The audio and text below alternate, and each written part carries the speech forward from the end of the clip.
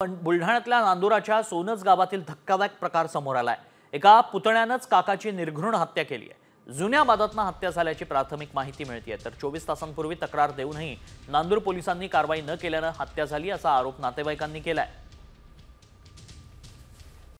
Comscore नुसार आता isakal.com आहे देशातील नंबर 1 ची मराठी न्यूज वेबसाईट। प्रत्येक अपडेटसाठी isakal.com ला नक्की भेट द्या। त्यांना खालीच सांगून ठेवलं होतं की तुम्ही सकाळी या समजा आमच्या घरी, पण वरून आता आम्ही म्हटलं तर पोलीसवाल्यांना या पोराला गच्ची दिली, ज्याचे मी वडील अंदर वारले गेलो बघायले तेच तर पोराले गच्ची मला दिली। गच्ची आणून बाहेर काढलं ते। तरी आज जे काही झालं की नाही, माझे बाबा वारले याले कारणीभूत नांदुरा पोलीस स्टेशन जबाबदार आहे। पोलीस जबाबदार असं पोलीस जबाबदार आहे। आरोपीत अटक जो इसम आहे तो मृतकांचा पुतण्या आहे।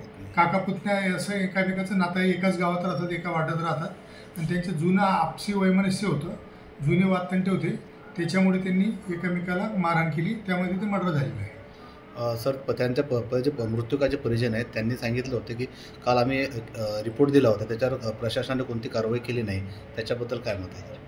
त्यांचा काय रिपोर्ट होता तो बघता येईल, पण ते काल त्यांना शिवीगाळ धमकीचा एक रिपोर्ट होता त्यांचा, त्यानुसार पोलीस आता ती कायदेशीर कारवाई करीत आहे।